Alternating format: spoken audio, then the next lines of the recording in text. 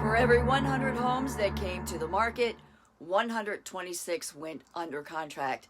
This is up 5.6%, indicating that buyer interest continues in Maryland. It's Friday, October 29th, 2021. I'm Kimberly Barton of Kinetic Realty, your local market expert, with this week's Maryland Market Minute. Here's the inventory snapshot. 1,105 homes are coming soon, down from last week. 1,583 came to the market since last report, which reflects fewer new listings for sale. 981 went under contract, and this is up 9% from last week.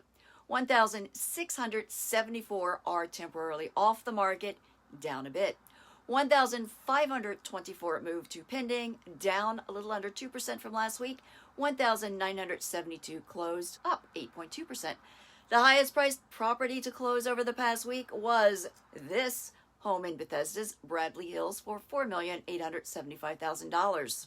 Rentals are averaging $2,375 per month, and inventory is at 1,231 units for lease. Most have been going under contract in 14 days. That's your market snapshot for Friday, October 29th. Thanks for tuning in.